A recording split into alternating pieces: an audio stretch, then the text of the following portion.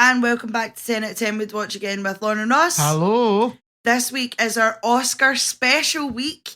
This week we're focusing on the Best Picture nominations. So we've got like 10 movies to get through. So I'm telling you right now, this is probably going to be a long boy. So get a juice, get a cup of tea, get a snack, and come back. This week we're just focusing on Best Picture nominations. I mean, we'll probably go into like a tangent like about Best Actor, Supporting Actor. But specifically this week is just Best Movies. And then the Oscars is on Sunday, and that is me and Ross's Super Bowl. Like, that is where we get the snacks, we sit up. It's a whale of a time. I know last year we said we weren't going to do this again, but last year's were all super depressing and this year's isn't. So we were like, oh, why not? No, the selection this year's actually really good. Totally. So next week after the Oscars, we're hoping to do like a full episode on like a recap of the Oscars, winners, losers, whether our predictions were right or not, if there's any drama. Yeah. And then we'll go back to like usual content straight after that. If we don't have enough thoughts and opinions about the Oscars to fill in a whole episode, we'll do like a recap at the start of normal episode. Aye. So really, you'll find out when we find out what next week's episode is. So Ross, what is our first Best Picture nomination? So the first one we're going to do is a complete unknown. Shout. It's based on a 2015 book, Dylan Goes Electric. It's pretty much the rise of Bob Dylan from folk hero to, electric guitar at Newport Festival and everybody losing their shit. Yeah. So it's directed by James Mangold, starring Timothée Chalamet, Edward Norton, Monica Barbaro, Elle Fanning and Scoot McNairy. Yeah. Now, I can't stand Bob Dylan. Like, he does my nutting. I've never got it. Like, I know like the hits, you know? Yeah. But I've never really bothered with it. I don't enjoy his music. And I'm not going to lie, the only reason I wanted to go see this movie is because I, like every other woman on the planet, is madly in love with Timothée Chalamet. Yeah. Do you know what I mean? So I was like, cool, I'll sit through it.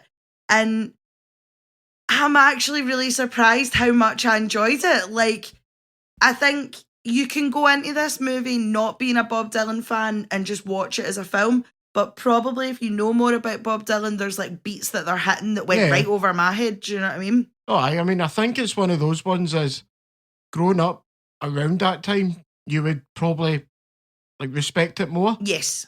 But obviously with us not really caring, some of it went over our heads, but it was well done, like class acting. They had live music performances and that, which is a sticking point for a music biopic for me. Yeah. Is that if you don't play it live, then it's kind of stupid. I get they're actors and they're not exactly, he is not Bob Dylan, but it makes it better for me. Yeah, I agree.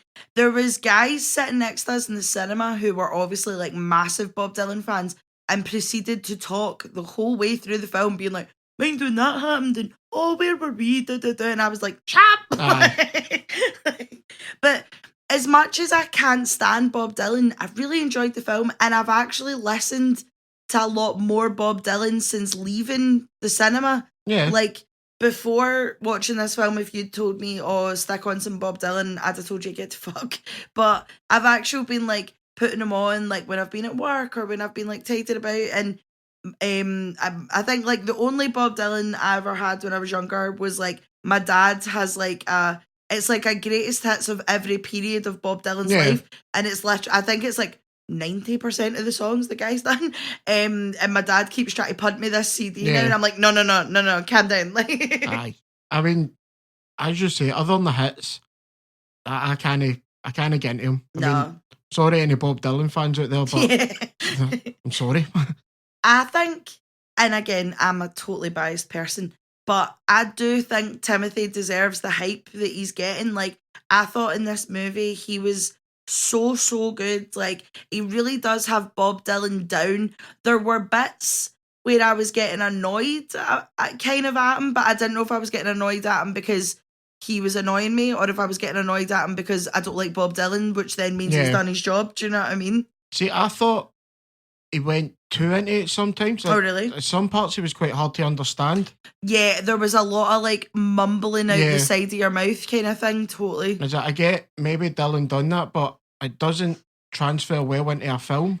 I think that's the thing when like people are doing biopics obviously you want to pay homage, do you know what I mean? And throughout the whole like award ceremony press run, Timothy's been doing interviews talking about how much he's like really prepared to play Bob Dylan, how much like Bob Dylan's music's affected him. Like even when he was filming Dune, he was still like practicing guitar and stuff. Like, and you can tell the man's done the work, you know. Yeah. But I do think there's a fine line between biopic and like caricature. Yeah. Like, sorry, but looking back at Bohemian Rhapsody, Rami Malek's not great. Do you know what I mean? Like, no, he's not a good Freddie Mercury. It's so caricature. It's so like, I have the teeth in the tash, therefore I am Freddie Mercury. Do you know what I mean? And I think obviously Chalamet's went and he's done the voice and he's got the hair and he's singing the songs. And I mean, the whole soundtrack is Chalamet singing Bob Dylan, you know? Yeah, they put far more effort into this than they did with Rocketman. Bohemian Rhapsody. No, Rocketman was class. Oh, Rocketman was great, aye. Taron Egerton was so good in that. But I do think Timothy was good, but I do think like he could have lightened up a wee bit, you know, like it didn't. It was obviously a very accurate depiction of Bob Dylan, but he could have lightened it a bit. Yeah, of course. Like you've got it now. Have fun with it. Do you know what I mean? I think this is probably the first one with Timothy Chalamet where it's like he's getting the recognition for stuff like this. What do you mean? Like, this is his first like movie where it's like, right, he can do this. Right. Get what you mean? Because I was like, he's been nominated like so many times. No, I know, but I get exactly what you mean. This one kind of feels different and like, yeah, you could be nominated. Like Paul Mescal last year, he was nominated, but it wasn't really, it wasn't going to be. No. So it's kind of like, no, he's actual in contention now. Yeah. I totally get you. I think the run with Chalamet, like, he's not had a bad one. Do you know what I mean? Like, he's not had a bad movie. Like, how you feel about Wonka is your business. Do you know what I mean? I actually thought it was like super wholesome, like Paddington vibes, you know? Like, but he's been making like such interesting movies. And when Wonka was coming out, it was kind of like, oh, fuck, why are you doing this, my guy? Like, you've been making all these per class movies. Like, why are you? And it's a real risk for somebody as young as Chalamet, because I feel like Wonka, like Johnny Depp did Wonka before he started to fall off, you know? So I feel like a movie like that would be like at the midpoint of your career, possibly trying to come back. But he's just been like on a solid run. And I really think Wonka was like a brave choice for him because he could just stick to doing these art house movies and all that. And he's big blockbusters now, obviously. I get what you mean that he's getting like the attention now and like that he is like he's obviously getting the media of like you could be an Oscar winner. Yeah. But I personally, no, I will die on the hill for Chalamet. I don't think it's his time. I think Chalamet is going to be like a Leo DiCaprio where he's going to keep working, keep solidly making movies, keep making risky choices. And then when he's in like his 40s, 50s, then he'll get it. Because I think he's super talented, but I just think he's a bit young for what he wants, you know, like. The only thing they run, like the risk running then is, so say it's like DiCaprio where he nominated, doesn't get it, then the one movie he gets it in, it shouldn't be the one. Yeah, that's true, because The Revenant was fucking awful. Yeah, you're right. Yeah, okay, no, you're right. It's not even that it was awful, it's that he's had better performances in movies. Yeah. So why would The Revenant just get, like, you don't want it just to feel like, oh wait, we need to give him one. I'd rather Leo DiCaprio got it for Once Upon a Time in Hollywood, do you know what I mean, over The Revenant. That, like the Wolf of Wall Street, yes. Like, you name it, he should have won it far more than once. 100%, I totally agree. Like, it seems a bit strange. We say he could go on and do all this, but all it takes is a few flops. I know. I do hope that that's not in the Chalamet sphere. Do you know what I mean? I hope he keeps making the bangers that he's making, because I couldn't tell you a bad Chalamet movie. Do you know what I mean? I think every single one of them has been really interesting. And back to Bob Dylan, like, I do think this movie was really interesting because, again, he is young to be doing a biopic. Do you know what I mean? But it's a lot of responsibility to take. Totally.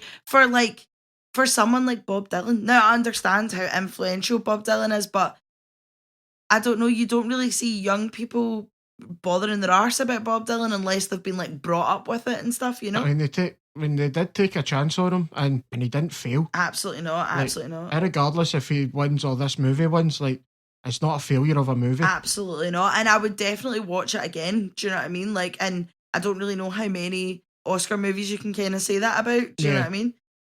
I think as well, Chalamet is also surrounded by an excellent supporting cast. Oh, yeah. Like, no one's bad in this movie. Like, you've obviously got the big hitters like your Elle Fanning, Edward Norton. Who's the woman that plays Joan? Monica Barbaro. Like, they were all great, but then also all the kind of smaller parts are all like that guys from like TVs and TV shows and other movies and stuff. Do you know what I mean? So there's not really like a flaw. Like nobody's flawed. Everybody puts in a really good performance in this film. Yeah, I mean, Edward Norton's kind of like calm, like almost genteel in this movie. Yes. And it's Edward Norton's funny because so they'll just start make like not even like shite movies. That's unfair, but like maybe wee indie ones and that. Then all of a sudden they'll just churn out like these Oscar like winning movies. Yeah, totally. I know exactly what you mean, and you are right. We will be saying this again later on, foreshadowing. But I think like Elle Fanning. I say Elle Fanning. She's like an actual adult now, but like. She's done pure well for herself, and I do have a wee soft spot for the Fanning sisters. Do you know what I mean? Like, because like Dakota Fanning was in like everything, and also Man on Fire, my guy. Do you know what I mean? Class movie. And like she was a really good child actress that I don't think has worked as well now she's an adult. Whereas Elle Fanning's kind of like jumped from one thing to another. She's been like the kind of dark horse of it, where she's like kind of going now. If you know what I mean? Yeah, I mean, Elle Fanning plays Sylvie Russo in it, who's Bob Dylan's first girlfriend in the movie. Go for it. Yeah, whatever. And it's when the way she reacts to like hearing him play and all that is it seems like so real. Yeah. Like that could be like that you could be witnessing that, and it's unreal how like she's able to do it. I mean, I'm saying that I didn't know that was Elle Fanning. Oh, did you not? No, it was only when we came out and I said, "Remember, is it?" Fuck's sake, I didn't know that was her. Yeah. It's so weird. I do think this movie did. I know what you mean by being like, oh, you feel like you're witnessing it. Like everything about this movie, like the costumes, the scenery, the acting, all that. Like you did just feel like you'd been picked up and plopped into the middle of the 60s. Do you know what I mean?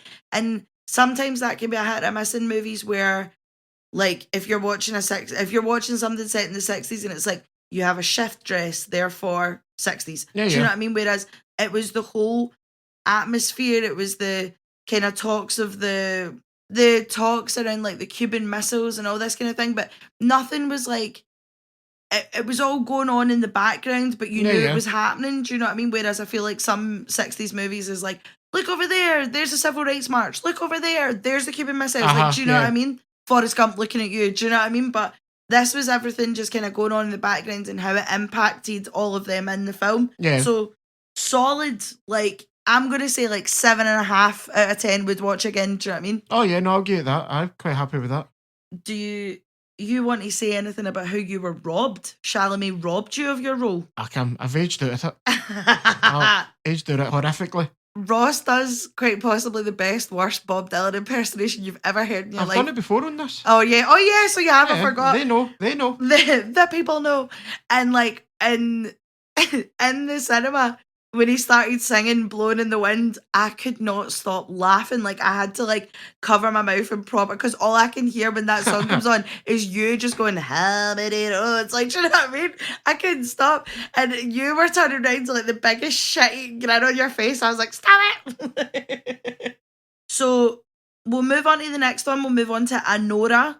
You'll have all the details. Yeah. So Anora's directed by Sean Baker, starring, now forgive me here, Mikey Madison, Mark Eidelstein, Yura Borisov, Karen Karagulian, Vash Tomasin, and Alexei Serebakayov. I'm sorry. Here, well done, by the way. Well done. Yeah, like, as soon as I seen it, I was like, fuck, I didn't bother trying to read these. Well done for not completely. Well, I mean, oh no, I butchered slightly, but I was trying to make you feel better. I know. I apologise. So this movie's about a stripper / exotic dancer who gets kind of carried away with this young guy. They get married in Vegas, and it turns out that he is the son of, is it a Russian oligarch? Yeah. Right. And obviously his family are not happy that he's married like a stripper. So the whole movie is basically them trying to break it up. Now it sounds super dramatic. This movie really surprised me. It's so funny. Yeah, it starts off like a drama, but it quickly turns into like a comedy, but it's like it's a cat and mouse chase, isn't it? Yeah, but it's like haphazardly, like the way they do stuff in this it's so ridiculous, but it seems to work for this film. I can see why it's getting all the adulation it is. Yeah, I think the beginning of this movie is very like modern day Pretty Woman, and I mean that in the best way. Like, this is kind of like if True Romance and Pretty Women had a baby. That's the vibe I would sell this movie on. They're all really charming in it. They're all really funny. Like, they've got a really beautiful chemistry. And then Ivan, isn't it? That's the name of the son. Ivan. Yeah. When he finds out that his parents are coming, he like runs away in a strop, and basically the bodyguards and Anora have to go and find him. Yeah. You know, and it becomes this kind of cat and mouse thing. But it's so funny, like in the best ways. Like, but then also it kind of means that like, because it's so funny, when the drama happens, it really hits. Yeah. It's really, really, honestly, so much praise for this movie. Yeah, I mean, there is I've got a few issues with it that I don't know if this is the way Sean Baker does it, but there's bits where it's like too mumbled, like there's too much talking going on. Yes. Like, rather than just letting like the scene play out. You know, I get that must just be the style they went for, but I felt like Mikey Madsen just started, like anytime somebody would say something, she would have to jump in and start screaming and shouting. I know exactly the bit you're meaning, when they come in, when the van runs away and they come in at the start and all she does is scream. Yeah. Like before.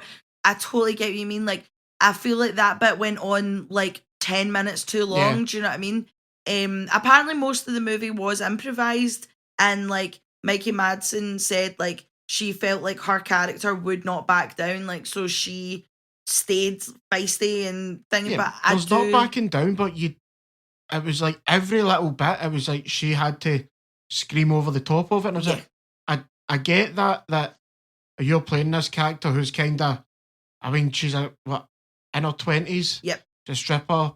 Like, she's had to deal with shit like this, but I'm like, it doesn't work for me for the movie. Yeah, I totally get what you mean.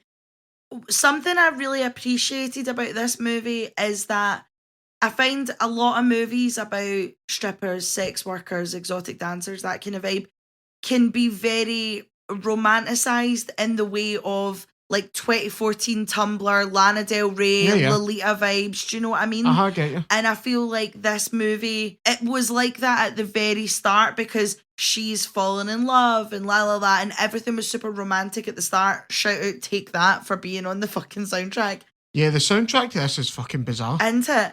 But then obviously when it becomes real life, like all the lights get a bit dimmer and everything's not as shiny, and when she starts to realise, oh shit, he doesn't love me, like this was just like she's really upset by it, and then by the end, like she's got no makeup on, like she's just raw, do you know what I mean? Yeah. And she's stopped being this like feisty, I'm going to fight for myself and I'm not going to take to just being like vulnerable, like a vulnerable girl, do you know what I mean? She's just defeated.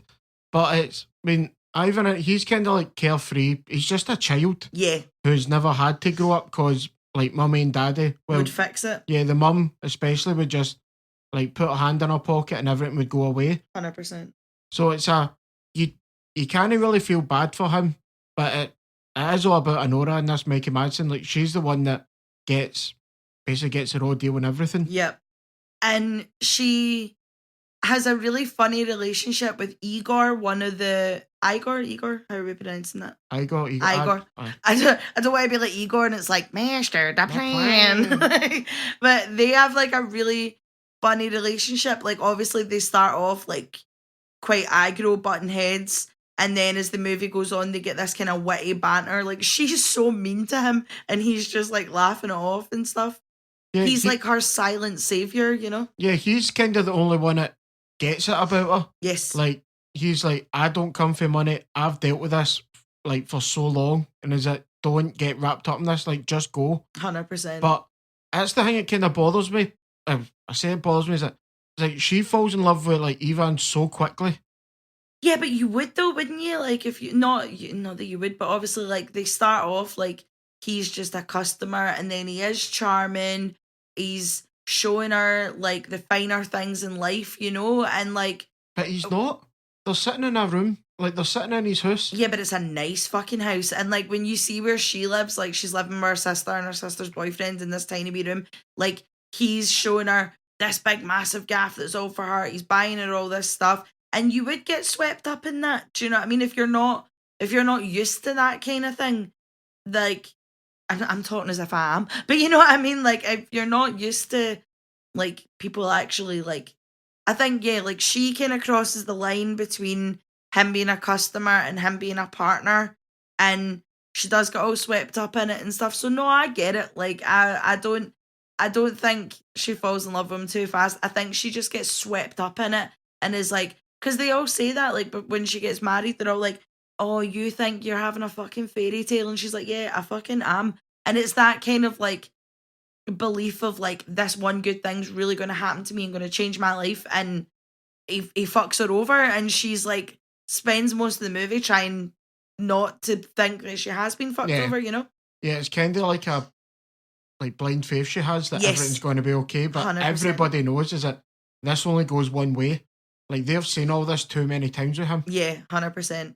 I think that's the thing. Like, I could imagine, like, making, like, Anora being someone who's watched, like, Pretty Women and being like, yep, that's going to happen. Like, do you know what I mean? Yeah. Like, I know what you mean about Mikey Madsen being, like, quite screamy in this movie, but I did actually think, like, see, after that first 10 minutes of her just screaming, I did think she showed, like, really good range. Yeah. I don't think she's going to win for this movie. But I'll be really interested to see what she does next, because obviously all I've seen her in is Once Upon a Time in Hollywood and Scream 6? Scream 6? One of the newer ones, I can't remember. Yeah.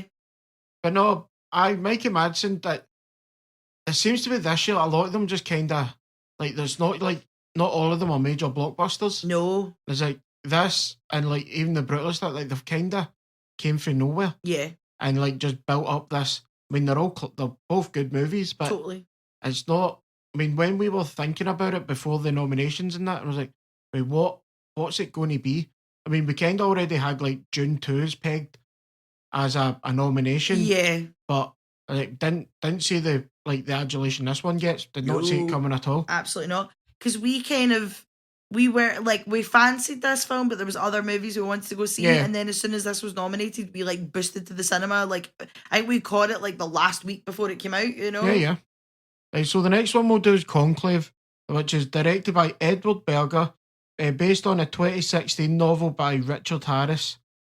Conclave, funny enough. So starring Ralph Fiennes, Stanley Tucci, John Lithgow, Sergio Castellitto, and Isabella Rossellini. So this movie's basically the Vatican electing a new pope. Yeah. Like the previous pope dies, as they do. Funnily enough. And it's about them going at the conclave to select a new pope, but it's all like the power grab to get it. Yeah. So it's like them trying to like shop around, get votes and that. The campaigning, kind of thing. Yeah. Which is, I didn't think. I mean, it must happen to elect a new pope because they can't all be in agreement. But it's interesting to see in this movie. Yeah, totally. I mind like when the trailer came out for this and we were like, oh, that'll be class, and this might make me sound really stupid, but movies like this where it's just people sitting about talking and plotting and not a lot else really happens, I really need to build myself up for these movies, because when these movies miss, they miss badly. And you are bored at your tree. I know obviously it's a pure stacked cast, but your gal was worried, do you know what I mean? And then when we did go and see it, I kind of went in and I was like, right, if it's shit, it's shit. Loved it. Really, really enjoyed it. There's enough, without it being overstuffed, with like twists and stuff. There's enough twists and turns and flips and dips and all sorts to kind of keep you interested, keep you hooked, because I feel like anytime I started to lag a bit, something else was happening. I'd be like, oh, for fuck's sake, do you know what I mean? Yeah, this one's a bit of a slow burner. And like one you really need to pay attention to, because there is a lot of like twists and turns in it. The only thing about this is, see, when it came out, like when you seen the trailers in it, I had no idea what it was about. No. I'm not saying they should have, like, they can't add stuff in the trailer, obviously don't want to spoil you or anything, but they maybe should have showed more like, oh, this is more of an intrigue thing than just them electing a pope. Yeah, totally. I think they banked on how good the cast is rather than like showing more in the trailer. I think every year in the Oscars, there's at least one of these types of movies. Like there was one, was it last year, the year before, and it was literally called Women Talking. Do you know what I mean? And it was all the women sitting in a barn talking about their life. Do you know what I mean? Yeah. And there's always one of these every year in the Oscars, and it's always one that I need to really be like, right, let's do this. Do you know what I mean? And I do think, though, this movie, it's better than that. Like, I feel like if you were to watch this in the house and you were to sit on your phone, you would get lost really quickly. Do you know what I mean? Like this, if you go into this expecting like some thrilling things, like, you're not getting it. No, there's no like Da Vinci Code part to this. Like, you know there's what I mean? no major action scenes go on. Like, this is literally, I mean, Ralph Fiennes he's kind of running the conclave to like get the Pope. So a lot of it's him just like struggling with trying to deal with that. He's trying to deal with his own faith in that. So it's like, don't go in expecting like madness, because it just does. You're not going to get it in this one. Ralph Fiennes' whole plot is just that he wants to take his ball and go home. Like, people keep putting his name in and he's like, no, I don't even want to be here. Like, yeah, it's funny because I think, is it Stanley Tucci? Tucci. When the first round of voting goes in, and I think Ralph Fiennes' character gets like 5 votes, and he's like, oh, so you're going for it? He went, I don't fucking want it. He's horrified whenever, and then it's like, as it keeps going on, he keeps getting more and more votes, and he's like, fucking wrap it. Like, I don't want this. Like, he's going about asking the, like, kind of figuring out the ones that voted for him, was like, stop doing it. Yeah. This movie is just like, I feel like there wasn't much effort to be enthralled with this movie, because this was just a stacked cast putting in powerhouse performances. Do you know what I mean? Oh yeah, this movie is one you needed the acting to be spot on. 100%. Because if there was one weak link in this, it would fall apart. 100%. And like, I was kind of surprised that Isabella Rossellini was nominated for Best Supporting Actress, because she's actually not in this movie a lot. Like, I don't have an exact figure, guys, but I honestly think her screen time's like 10-15 minutes at a push. Like, if you put it all together, do you know what I mean? You get like nominations every year where the actors or the production companies that kind of game it. Yes. Like, they seem to get these ones in. Was it last year? Was it Andrea Riseborough? What was her name? Oh yeah, she went about asking like Edward Norton back to her and all they that. all like she got all her buddies to like, no, you should put her in. But I suppose you get it every year. Maybe this was hers, because like, she's not bad in this movie, but she's not in it enough to justify her nomination. Who do you give it to? I don't know, but it's just weird to me. But that is just pure politics for me. See, I don't agree with the politics thing, because Isabella Rossellini is like, she's huge. Do you know what I mean? She's a name in the game. Do you know what I mean? Yeah, of course, but that doesn't. She's still not in this movie a lot. No, totally. But where I'm going with it is, I think this is her. It's your time, Oscar. Do you know what I mean? I think this is her. Here's a wee accolade for you because you've been cutting about for so long. And yeah, I do get that, but if she was to win this, I'd be shocked. I don't see how. I mean, I would just be shocked. Like, I can't really put into words how I would feel about it right now. It's just bizarre. Like, no, I know what you mean. And I know there's some of them that have done it. They've won it like based on being in the movie for 5 minutes. Was it Olivia Colman? Yes. She has the shortest screen time to win it, but I don't agree. I mean, Anne Hathaway for like the first 10 minutes of Les Mis, do you know what I mean? I think looking back, probably not. No. Probably shouldn't have won it. Les Mis got far too much. Like, I remember like watching it at the time and just being like, oh, like, I love the musical, do you know what I mean? But watching it back now, you're like, this is fucking terrible. Like, why did we all love this movie so much? Yeah, every Oscar has it just getting swept up in whatever it is at the time. And there's definitely one or two movies that are swept up in the moment, shall we say, in this. Oh, fuck's sake, aye. Aye. Jesus. Oof. Can't wait to get to that one. I do think this movie was really good, though, and it was a movie, again, I'm probably going to say this a couple of times, but it was a movie I kept thinking about for a couple of days. Yeah. And you and me had, like, some really good, like, conversations out of this movie, and I feel like any film that sparks a conversation, negative or positive, is a good thing. Do you know what I mean? It's shown it's had some form of impact. But take that with a pinch of salt with one of the other movies that we talk about later on. Because we have shit to say. Right, sorry, carry on. It's funny how you say we had good conversation about it, yet none of it's coming out in this. No. I like that movie. This movie's good, isn't it? I really like that actor. Yeah. I think the thing is like, obviously, like, you and me are not religious people, right? So, like, watching movies about religion, about Catholicism, about all this kind of stuff, it's interesting for us because obviously we don't know a lot about it. Do you know what I mean? And I do, like, we spent a lot of the movie just being like, Chingus. Oh, I'd love to get into the Vatican and see if that's real. Aye, me too. Like, do you know what I mean? It was a lot of that, and then just like getting all spiritual. But this is a fucking movie podcast. We're not gonna like start talking about that pish here. Anything about like the guy losing his faith and his like how he feels about religion that means nothing to me. Yeah. I can't relate to that in any way. 100%. But yeah, Conclave was good. Enjoyed it. Yeah, I think this would, because I believe Ralph Fiennes is up for Best Actor. Yes. And with his performance in this, he's given performances and everything. Like, yeah, Ralph's always good, man. Ralph never lets you down. Like, I wouldn't be annoyed if he won it. No, not at all. Most of the best actors in this are deserving of it. Totally agree. I think it's pretty obvious who's going to win it. Like, well, I say that. Yeah, I say that. But like you say, like, obviously, everyone's good. There's not, like, no, there's always one in one category where you're like, why the fuck are you there? Do you know what I mean? But in the best actor, I'm like, no, fair enough. Like, whoever wins deserves it because they're all great. Yeah, it's quite funny how this year's like, because obviously last year, Cillian Murphy, Oppenheimer, he was going to win. Yeah, man, like, swept the floor. Like, even if you got nominated, you're just there for the after parties and the free goods.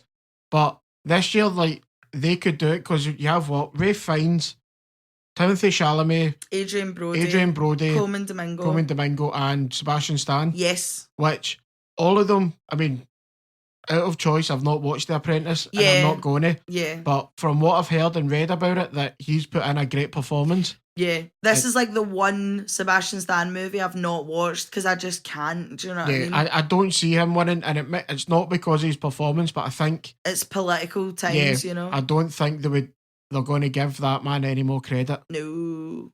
But Coleman Domingo, he's quality and everything. Like, could put him in it, and he's going to get the best actor nomination. He's that good. Totally. So this is the year of like the actor. Yes, the actor. Acting, darling. We'll move on and talk shite about Wicked. So Wicked is directed by John M. Chu. It's also based on countless books. Yeah. Like the guy who wrote Wicked's kind of taken from Wizard of Oz and all that stuff. Yeah. Obviously, it's based on the musical as well. That's fucking took over Broadway for God knows how many years. Still going strong. People are still queuing up to go and see it. Like. Yeah. So this one's starring Cynthia Erivo, Ariana Grande, Jonathan Bailey, Ethan Slater, Bowen Yang, Peter Dinklage. Bowen Yang, you fucking idiot. Oh, Bowen, same thing, fuck off. Michelle Yeoh, and Jeff Goldblum. Can't believe we didn't even call Ariana Grande by her screen name. She's got like our maiden name or something. Well, do you know what Wikipedia has? Ariana Grande. So obviously this is the musical about the origin story of the Wicked Witch of the West and Glinda the Good Witch, right? Now, I'm going to out myself right here on the podcast. Everyone who knows me knows that musicals make me cry. And I'm not talking cry as in like a single solitary tear. No, this is ugly crying. Yeah, this is like my family were slaughtered in front of my eyes, sobbing. Do you know what I mean? But so, right, everyone who's been to see a musical with me knows, but I'm not like loud crier. I'm like like I'm quiet, but I'm sobbing my fucking heart out, right? And I was not looking forward to the Wicked movie before it even came out. I saw the trailer and was like, ugh, I can't stand Ariana Grande. So I was like, fuck. Again, I'm not saying anything that the internet didn't say. Do you know what I mean? Like, I think there was a lot of us that were like, we're going into this with like minimum expectations. Do you know what I mean?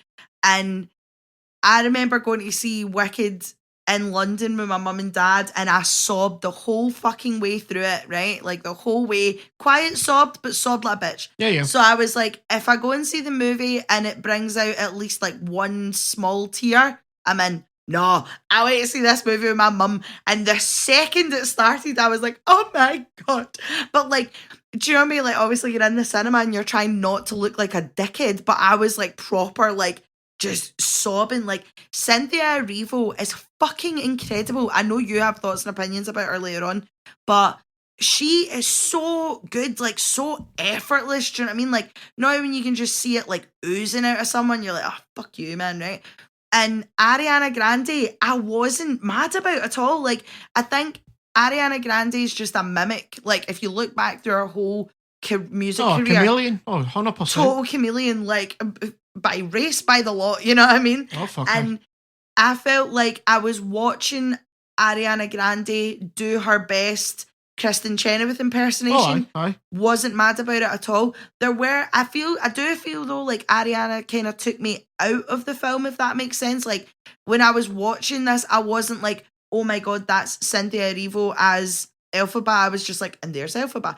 But when I was watching it, I was like, that's Ariana Grande. And I was like, the whole way through watching it, I was like, I'm actually really surprised at how good Ariana Grande is. Do you know what I mean? You're sitting more in shock. Yeah, but like that's not me being like she took me out of the film in a bad way. Like, I really, really thought she was good. She was really funny. Obviously she's a good singer. Do you know what I mean? But their chemistry in the movie, great. This fucking award run of them like crying and holding fingernails and holding space for Defying Gravity. Take a fucking day off trips. Do you know what I mean? It's a bit much, isn't it? 100%. I mean, this movie was like really good. The musical numbers and that were great up until Defying Gravity. Yeah, we're going to talk about that. You need, but once we do that, that's one you'll need to give me. That was probably the only flop of it, I would say. So that's genuinely my next note. Is my only negative thing is Defying Gravity. Yeah, like that. Yeah, I get that's like the big song for the end of the movie and of the first part of the first act of the musical. Mm-hmm. But by God, why is it 15 to 20 minutes in this one? I really do feel like do you know that way? Like, now, again, by the time we got to Defying Gravity, I think I had cried every bit of liquid out my body, right? And I feel like Defying Gravity, it would start and I would be like, and then it would pause after every fucking verse to have like dramatic looks, a couple of sentences. Oh, look, we've pulled out a fucking bit of fabric that's now her cloak. Oh, and now we're going to sing again. And you were like, and then it would stop again. And I do feel like I'm saying I understand. I don't understand. It was a terrible fucking choice. But I understand why they dragged it out because, again, this is, even if you don't know anything about Wicked, you know Defying Gravity. I heard it somewhere, aye. And I do understand why they dragged it out. I just wish they hadn't. Do you know what I mean? Because do you know that way? I wanted to just like give in and cry and be like, this is amazing. And I felt like I couldn't, like it was a pure masterclass in edging, do you know what I mean? And like, fuck's sake. Well, fucking tell me I'm wrong, do you know what I mean? You're right. Every verse, every bit, they would start talking. Then when she gets the broom and starts falling and sees like her younger self, I was like, I'm fucking done, man. Just give me the bit. Like, but I know your moan is the over singing. Oh yeah. Like, especially in the Defying Gravity. Like, see that. But aye, that's pretty much how she sounds. Like, it just leaves singing and it just sounds like her shouting. Yes. And there's no need for it because they both claim that the thingied Wicked, like, they've sung it their whole lives and all that. But, like, you can tell they did put a lot of effort into this. Like, everybody was in on this. Like, how campy and how, like, bizarre it is. But it's that last bit, it just kills me. Like, so because this is a long movie, you're talking like well over 2 hours, and it's like just for that you're like, oh. Which is funny because the musical, like, and I'm talking Act 1 and Act 2, like 3 hours, 3 and a bit hours. Yeah. Like, I get like and loved it. I would sit through the whole musical whenever you want. Do you know what I mean? But I did think it was mad that like the whole thing is like 3 hours to 3.5 hours, and this was like 3 hours alone. Do you know what I mean? You could be talking over 5 hours for 2 parts of the movie. 100%. My mum took my nieces to go and see this because obviously my mum is like me and loves Wicked, and my nieces could barely sit through it, which I understand. They have no skin in the game. Do you know what I mean? Like, this isn't a movie for, like, this needs to be a movie if you already know about Wicked and if you're obviously like old enough to sit for 3 hours. Do you know what I mean? Like, this is a marathon. Do you know what I mean? But other than that, like, the set pieces are great in this. There is complaints about, like, there's like a weird tint over everything. Yeah, everything's like super saturated. Yeah, but I think it works for this because they've done it in all of them. I agree. Like most things related to Wizard of Oz, and like the first one, like the fucking OG, was it 39 it came out? Yeah. It's like that's like very colourful, very bright. Technicolor into it. Yeah. But then you have like all the other ones. Like they made the one with fucking Fruza Balk and that. Fruza Balk, like James Franco one and that. Like it's I forgot. It's all highly saturated, so you can't fault Wicked for doing that. Yeah, that's just Oz, mate. Do you know what I mean? I also loved Jonathan Bailey in this. Like, again, I'm a heathen. The only thing I've ever seen Jonathan Bailey in is Bridgerton. Do you know what I mean? So I was like, oh, Anthony Bridgerton. He was so good. He put in a shift. Oh, aye. That Dancing Through Life number, incredible. Do you know what I mean? Like, really loved this film. Like, but I do feel like I need to gear myself up for Wicked because I know if I'm watching this, I am ugly sobbing for 3 hours. Do you know what I mean? But it just shows you though, because that Dancing Through Life's a long number as well. And works. Do you know what I mean? Like you're not bored of that at any point. Absolutely not. Absolutely not. Whereas Defying Gravity, I'm like, I guess. Like, do you know what I mean? Yeah, some of the songs are written at like for them to belong. Defying Gravity is not one of them. No. Like you need the build up to that song for the big moment. But if you keep cutting it off, you're not getting it.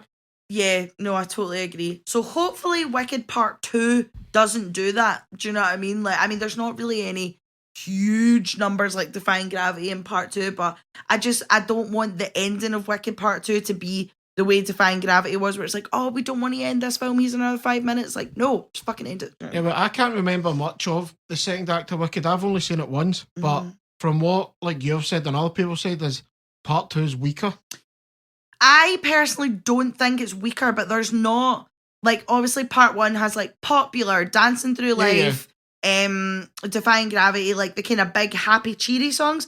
Part 2 is more kind of darker, and you have No Good Deed, which I have no doubt Cynthia Erivo's going to knock out the park. You've got For Good, which is going to kill me as a person. That's going to be an ugly crying song. You've got like most of the ones in Part 2, it's like dramatic, or they're not as huge, big, sparkly numbers, but they're still good. Do you know what I mean? You just wonder, will they be able to get 2.5 hours out of it? Because the second acts of musicals that tend to be shorter. Yeah. So do you get the same amount of time? Like, that's the only thing that, because if they drag it out, it's just going to be a slog. Absolutely. I'm not going to go into Wicked Part 2 with like sky high expectations, but I will be going in being like, right, motherfucker, do you know what I mean? Oh yeah, just go in no expectations, and as I said, the performances not great. I imagine it will be good. I say I don't know much about the second act. I only kind of know the hits of Wicked. Yeah, I think I was surprised when this movie was in Best Picture nomination because the movie's great, but I thought it was like more because of the impact this had. Like, Wicked was everywhere and still is everywhere. Do you know what I mean? And I think it's like, do you know the way when they gave Barbie, they didn't put Barbie in Best Picture last year, but they gave it the whatever the awards called for like bringing in the most money to the box office. Do you know what I mean? I didn't think Wicked would be in this category. I thought it would do the like, oh, you've basically saved cinema again, like go for it. So I was really surprised, but I personally, I don't know if I could see Cynthia or Ariana winning anything. I think if Ariana Grande wins, we're all doomed. Do you know what I mean? Like, but also I kind of want Cynthia Erivo to win because she's going to be the youngest ever person to have got an EGOT. Yeah. But that's the musical theatre geek within. Do you know what I mean? But I don't see either of them winning, but it would be nice for them. But also I'm not like I'm not that arse. See, I could see Cynthia Erivo winning because, I mean, she fits a lot of the criteria. Like, she's previously nominated. Yep. She's playing an iconic character. Fair enough, it's not like Timothy Chalamet Dillon. Like, she's playing the Wicked Witch of the West. Yeah, like, I get what you mean. So I don't see why she fits the same criteria that other people do. Yes. But, I mean, I think the Best Actress one's kind of locked on for somebody, which we'll get into. Yeah. But I would like to see her win it. Like, she can't be blamed for Defying Gravity being 15 minutes. Absolutely not. And I think she did. She's really good in it. Like, never mind the fact that she is a powerful singer. Like, she was actually really good in it. Like, you can... There was more of an arc for Elphaba. I know, obviously, the whole musical is an arc for Elphaba. Yeah. But I think... Act 2 is more of an arc for Glinda. Part 1 is for Elphaba. So hopefully, I don't know, we'll see. Yeah. But I think Wicked is probably going to be one of the ones that I will watch more, if you know what I mean. Like, I think I've watched it like 3 times since it came out. Like, once with you, once with my mum, once with the Waynes. And I'll probably, like, do you know what I mean? Like, I'll put it on in the gaff, like, or like whatever. Oh, this one's got a good shout of making being the most successful out of all these Oscar movies. Absolutely. There's nothing wrong with that. I mean, the only thing, well, not the only thing, but I think what's stopping it is the fact that they've taken it from a musical. Because the Oscars do love, these people suffered to make this, written, directed, wrote the theme tune. You know what I mean? Yeah. Like, they love stuff like that, but I don't think Wicked will get the same recognition in that sense. I know exactly what you mean. Right, everybody just take a deep breath, right? From talking about a musical that made me weep and moved me within the cinema, we're going to talk about a musical that moved me to rage and anger. We're going to talk about Emilia Perez. Oh, fuck. I know. Everybody take a deep breath, refill the juice. We are going to be here for a while because I'm going to try and not rant as much as I want to rant about this film. Yeah, this one's tough. It's a fucking shocker. Sorry, carry on, Ross. Yeah, so Emilia Perez, directed by Jacques Auditard, starring Zoe Saldana, Carla Sofia Gascon, Selena Gomez, Adriana Paz, Mark Evanier, and Edgar Ramirez. Yeah, so that's Emilia Perez. So. Right. Who's going first, me or you? I've never... Now, you have... There is movies that offend people, right? And either way you see it, but there's ones that are like really racist, like banned movies and all that. Won't get into them because fuck them. But I've never seen a movie mainstream that has offended so many different types of people. 100%. Like, this is amazing. And yet gets Academy acclaim. Yeah. Do you know what I mean? This is what I'm talking about. This is politics and gaming the system. 100%. Because there's no way in hell this movie should be like nominated, and that's got nothing to do with the subject matter in that. Like, this is all to do with this is a bad movie. Yeah. Like, you can have anybody in this and it's going to be a bad movie. 100%. This is a badly written musical played by actresses who cannot sing. Yeah. And actresses who can't speak Spanish. Like, it's a movie about a Mexican... I mean, I'm saying this, everybody knows about Emilia Perez. Basically, it's a movie about a Mexican cartel leader, head of the cartel. He's a cartel boss. And he admits that he's trans and begins to transition into Emilia Perez. And as Emilia Perez, she then decides, oh no, I was a terrible person as a cartel boss. I'm going to now raise money for the people who were affected by my cartel business. But she's not a good person. She is an awful person. And we are supposed to feel sympathy for her. For what reason, right? Yeah. And then the movie just becomes this melodramatic opera without the melodrama. I understand it's based on an opera, so I get it. But this movie falls so flat. Yeah. And it's actually, like, do you know the way there's bits that are funny if it wasn't so, who the fuck is this for? Yeah. Like, that's where I want to go with. Who the fuck is this movie for? because it's not for the trans community. It's not for Mexicans. It's not for musical lovers. It's not even for like Selena Gomez fans. Do you know what I mean? Like, I understand why people get pop star turned actresses into things because they're like, oh, they'll bring their fan base. No, there's nothing in this for anybody. It's insane. Absolutely not. And do you know that way? After we watched it, we sat in silence because we were like, what the fuck have we just watched?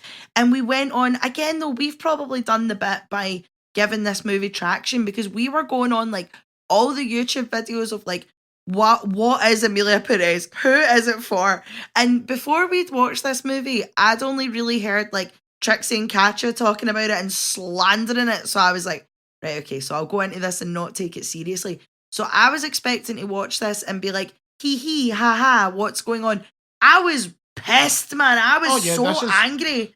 It's like the problems, but now, just, I can't relate to any of the problems in this movie because I'm not trans, not Mexican, I'm not anything. I'm a white male. Like, I'm sorry, right? But but even like now, I don't really thingy for causes and that, right? I'm more like let people do what they want. Yeah, right? I don't care as long as you're not hurting anybody or being a dickhead. Do what you like. Do you know what I mean? Even I can say that. Oh, this is in very poor taste. 100%. It's like there's a weird bit where it's like, so first of all, I can't remember the cartel like when she's a man in it. Right?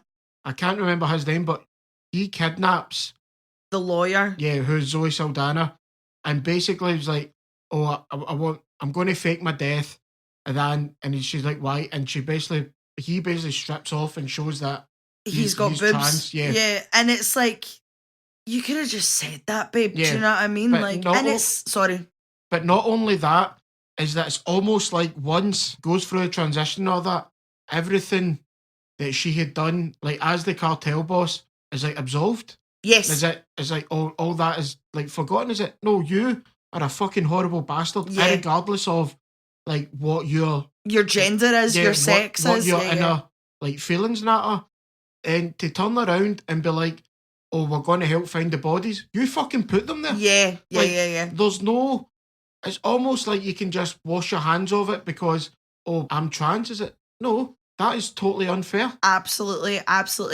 And as much as this movie is about... Now, again, I don't want to come off as like a pure white knight or anything like that. Like, I just don't think it's right. Do you know what I mean? No, like, it can't be right. I just don't think, like... For a movie about trans issues, well, it's not even about trans issues. There's a trans character in it that is like it's kind of a plot point. Do you know what I mean? Yeah. Like, but whatever, right? Like for this movie to be about a trans issue, but then during the transition and taking the piss out of it, like when Amelia Perez is the cartel boss and takes off the jacket and shows her breasts, Zoe Saldana is like fucking horrified, like it's a face of disgust. Yeah. To then move immediately into a musical number that's almost joking about like the operations and stuff. Like there's like it's literally a song saying from penis to vagina, and it's like what the fuck? Like I couldn't stop laughing through that whole song because I was like, what the fuck? And then I can't remember if it's before or after that song. One of the doctors Zoe Saldana goes to is like, I mean, I can change the body, but I can't change the soul, and is basically like shitting on trans people from a great height. And Zoe Saldana's like, it's not about that, it's about blah, blah, blah. Fuck off, man. Like, why? I understand, right? Like, I've seen other movies about trans issues that have been fucking better and addressed the situation properly, right? This movie was more... It felt quite anti-trans for it being a movie about a trans woman. It was very fucking bizarre. It shows Carla Sofia Gascon, the actress, like it shows her in a bad light, and like there's history with her with some shit she said as well. Yeah, that's fair enough, right? But even the bits where it's like, because there's a scene in it where I know exactly she gets so Selena Gomez, as she was the cartel boss, like as the male, like they were married and that. She fakes her death as a male to transition and start this new life. Oh, I'm I'm your long lost auntie. Then see when it comes to the bits where it's the kids, and this is the bit what got me. Like, why, like, this deep, like, it's a manly voice, I'm sorry, it is. No, but she puts it on. Yes. Like, she deepens her voice. Like, yes. There's a bit later on. Look at us, man. We're heavy fucking hyped. Oh, no, this is the like, worst. So bad. Yeah. And there's, like, a bit where Amelia Perez finds out that Selena Gomez is going to take the kids and go with, what's Edgar Ramirez? Is that his name? Is that what I said? I think Edgar Ramirez. So she's going to take the kids and go with him. And Amelia Perez is on the phone to Zoe Saldana, deepening her voice, yes, giving herself a male voice and being like, who does she think she is taking my kids away? Now, again, I'm not a trans woman, so I cannot speak for trans people, but I would think that was so fucking offensive. Like, do you know what I mean? Like, I would be like, what the fuck are you doing? Like, I don't know. Again, I don't know. But I thought that whole bit was like, okay, and like even when Amelia Perez is talking on the phone about her kids being taken off her, it's like she reverts to being her male cartel self, which again, I don't know, right? And like I know obviously we are not like we are very like moan the trans people, do what you want, do you know what I mean? So like we're trying to talk about this without offending anybody, but this movie's fucking offensive, like, and I'm sorry, but if this movie made me angry and offended me, who is a fucking white woman for Glasgow, I cannot imagine being a trans person, being a Mexican person, being just any other fucking person that watched this movie, do you know what I mean? Yeah, right. So that's the trans people offended by it, right? Let's get into the Mexicans. Okay, let's do it. So, first of all, this film's not got a Mexican in it. Nope. It's not shot in Mexico. It's Paris, isn't it? It's filmed in Paris. The stupid bastard who directed it thought, oh no, like, this isn't what I thought of Mexico. Let's do it in Paris and we can build it the way I want. Basically, a French director making a Mexican movie in France. What? Yeah. Like, Selena Gomez like couldn't speak Spanish fluently. Yeah. So there's some like mispronounced lyrics, words that like there's something that just isn't words anyway, any language. I've heard that. I mean, again, I don't speak Spanish, but all that, the lyrics in some of the songs are fucking woeful. What the fuck? Now, I'm sorry for the crudeness here, but she's on the phone to her ex-lover who she used to cheat with when the cartel boss like used to sleep about. Mm-hmm. And what was it? My pussy throbs from the time you fucked me. Horrific. And you're just sitting there like, why? Why is this in it? Yeah. Like, and the bit that finally like broke me in this movie was the one where they're at the charity ball and oh my Amelia's God, on the podium and Zoe Saldana's number, but everything she does, she has to like rub her fanny. Yes. And she's like, it's obviously supposed to be this like musical number about like the corruption within like all the like, oh, he's going to donate money, but really he's shagging her and he's doing this and da. But yeah, just very fucking bizarre. And sorry, I will go back to from penis to vagina. Like, what the fuck? This was not a well-written musical by people who can't fucking sing. Like, and I'm sorry, Selena Gomez, I understand that you're a pop singer, as if Selena Gomez is listening, but like, I understand Selena Gomez is a pop singer, but you can't sing in Spanish. And I'm really sorry. Like, it's terrible. It's so bad.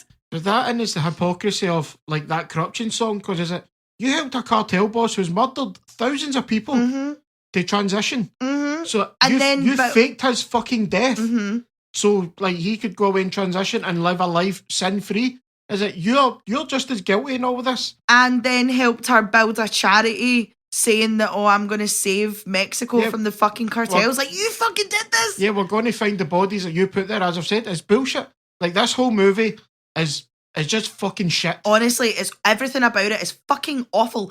And I don't I say I don't understand why it was nominated. Me and Ross had this discussion, right? It is very clearly nominated because of the trans issue, right? And the trans debate that's happening in America, which really shouldn't be a fucking debate. No, it's not an issue. It shouldn't be an issue whatsoever. Do you know what I mean? But go off. Do you know what I mean? So it's very obvious why this movie was nominated.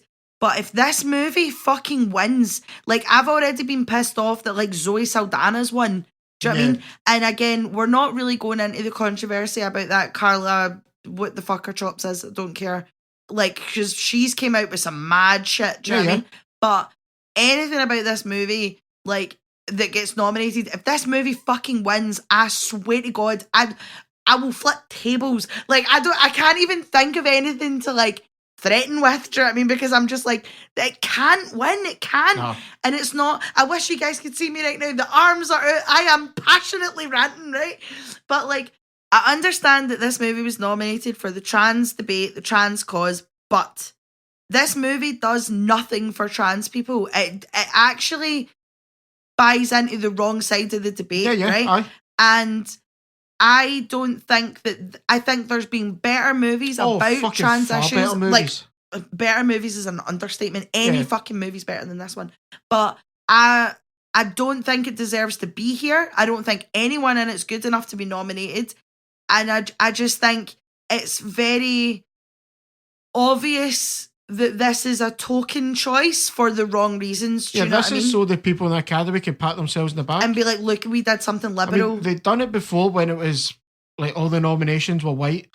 Then they're like, oh, we need to include black people now. So we had like Moonlight, Get Out and all that kind of stuff. And then it was women directors last year. They were like, fuck, there's no women directors. Right, Mom, we'll chuck some in. Yeah. And this year it's this. And I understand, but it shouldn't be a, look what we did, guys. It should just be a, do it. And this movie, if the Academy was being fucking honest with themselves, which they never really are, is this movie shouldn't be here. It shouldn't be here.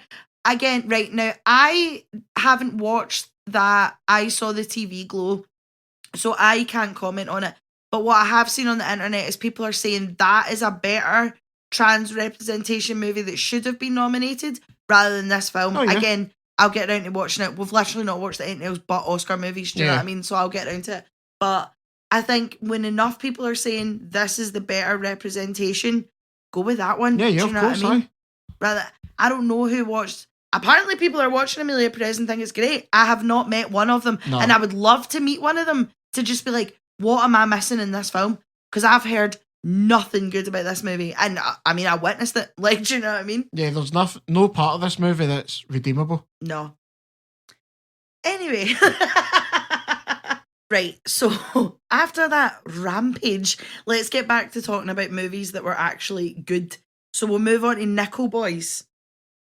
So Nickel Boys, directed by Ramel Ross, based on a 2019 novel by Colson Whitehead. Quite a lot of the movies this year have been like based on books and that. Totally. Which is quite good to see. Starring Ethan Harris, Brandon Wilson, Hamish Linklater, Fred Heschinger. Right in.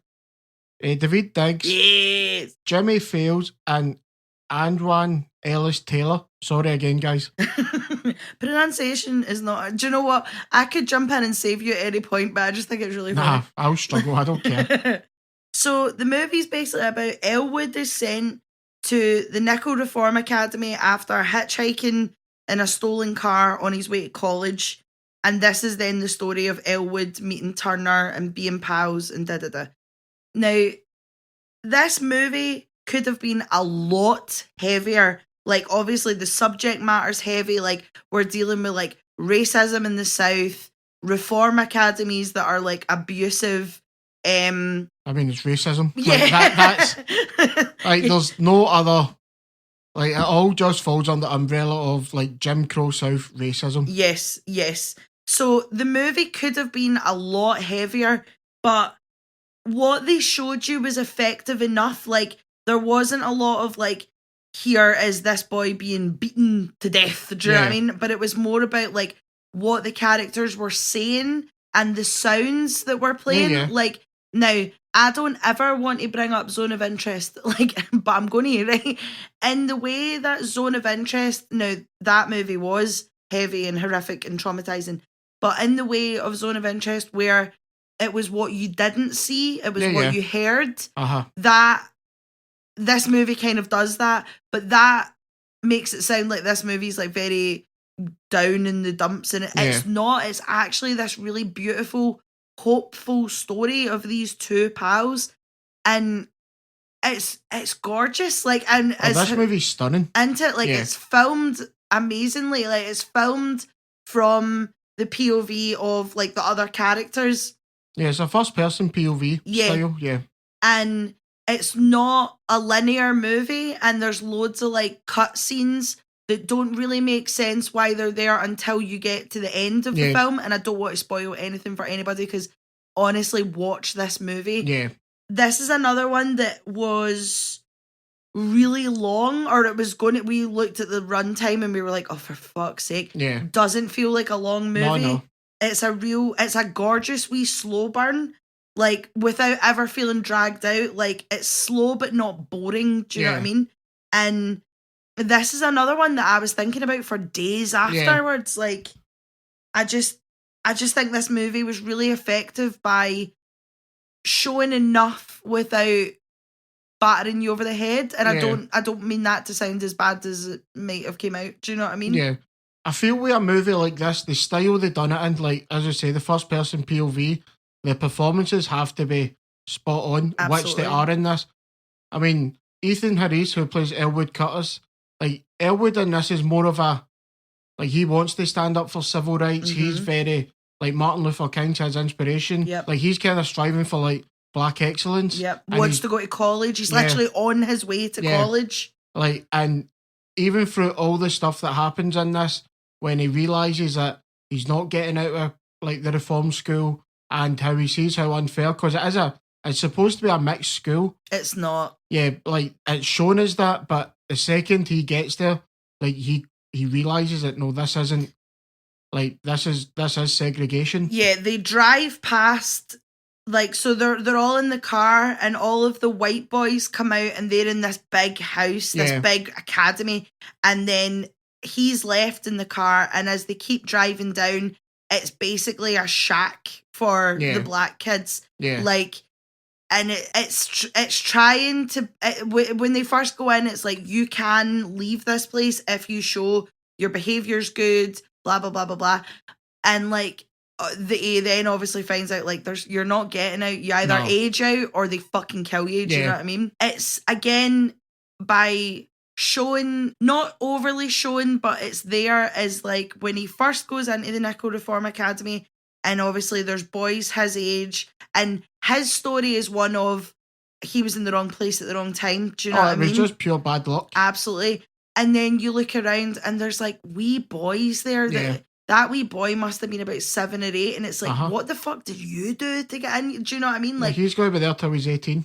Absolutely. And again, your man from, what did you say his name is? Hamish Linklater. From Midnight Mass and all this kind of thing. We were like, oh, your man. And then you're like, oh, you're a prick. As soon as you find out who he is in it, it's like, oh. I mean, he plays arseholes. Yeah. Like, in this, he's the racist. I don't know what you call him. He's not the owner, but he runs it. He's the principal, if you will. Yes. Like, to make it easy. But he's not overtly racist. Like, you don't hear any slurs. You don't hear there's no coming from him. But it's the way, it's just like that subtle racism with the way they're treated. Yeah, the microaggressions. Yeah. And it's, I find that more, like, that's better storytelling. Like, you don't need to, he doesn't need to come out and straight out say, I hate. You get what I mean? Yeah, he's not throwing about the N-word. He's not throwing about all these slurs. I totally get what you mean, like, because I think if this book subject matter had been in the wrong hands, I think it could have been this really dark, heavy, like, showing lynching, showing the N-word, showing all this stuff, and it doesn't, and it's actually, like, it focuses on their friendship while all this stuff's going on round about them, and like you say, like, Elwood, he's been, like, writing down everything that's been happening and things like that, and again, it's obviously talking about it without scalping you over the head and being like, this is bad, isn't it? Because if you need to be told racism's wrong, you're a fucking idiot. Do you know what I mean? Like, you're not the kind of person we want round here. Do you know what I mean? Like, this is one of the movies that is, like, the novel's written by, like, a black author, directing that by black directors and that, so they can, like, it's not as simple as, like, I believe they want to show you is that right, this is what happens. Like, it isn't that everyday thing of, oh, you this and that. It's more a, like, we're still treated like this, even though we're supposedly over it, which is bullshit. Like, just look at stuff going on now. Like, it's not true. No, I know. But it's, this movie is one you need to keep your eye in, and and it does leave you thinking about it for a while.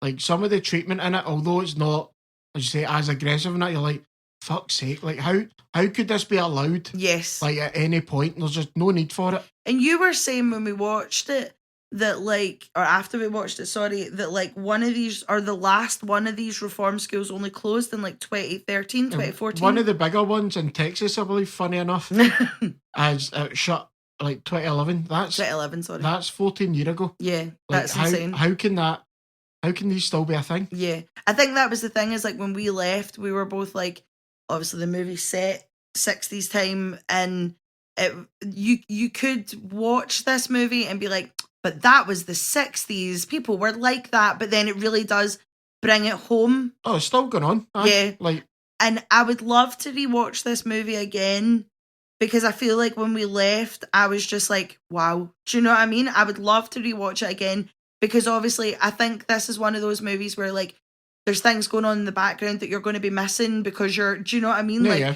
I do think, like, while I was watching it, it was the way it was shot really intrigued me. Yeah. And it looks stunning. And there's, again, the whole way through the movie, there's these cut scenes that seem like, what the fuck is that? And they seem kind of random. And it's only when we get to the end, when everything is tied up and you understand why all these cut scenes are there, that's and when I say that's the moment of, like, oh, like the seat drop moment. Yeah. It's not it's a gut punch, but not in a bad way, not in a negative way. It's more of like the seat drops and you're like, fuck.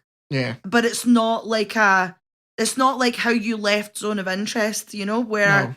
I was like, oh my God, like, this was a, like, holy shit. And again, this is another one, like you say, where this was a couple of days after this, we were still talking about it. It was bringing up conversations. And again, apart from Amelia Perez that just brought up rage, like, I do feel like any movie like this that sparks any kind of conversation has got to be a good thing. Do you know what I mean?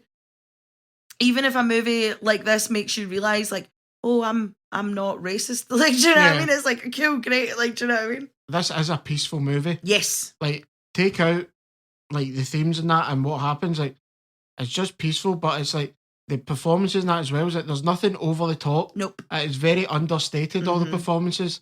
Like, and they could have easily just could have quickly went into all the darker stuff and that to try and shock audiences, but it didn't have to. Like, we all know what goes on in the world. Like, we all know what's happening. So, like, it doesn't hold your hand, but it doesn't try and, like, hit you over the head as well, which I'm glad for. Yeah, totally. Yeah, it's not I think this is a movie that, like, if the bare minimum you take from this movie is let's not be racist, like, great. Do you know what I mean? But like you say, like, it doesn't hold your hand, it doesn't explain everything to you, but you can take away different things from it. Yeah. Like, at the end of the day, this is just a movie about friendship set in a horrific place. Yeah. Do you know what I mean?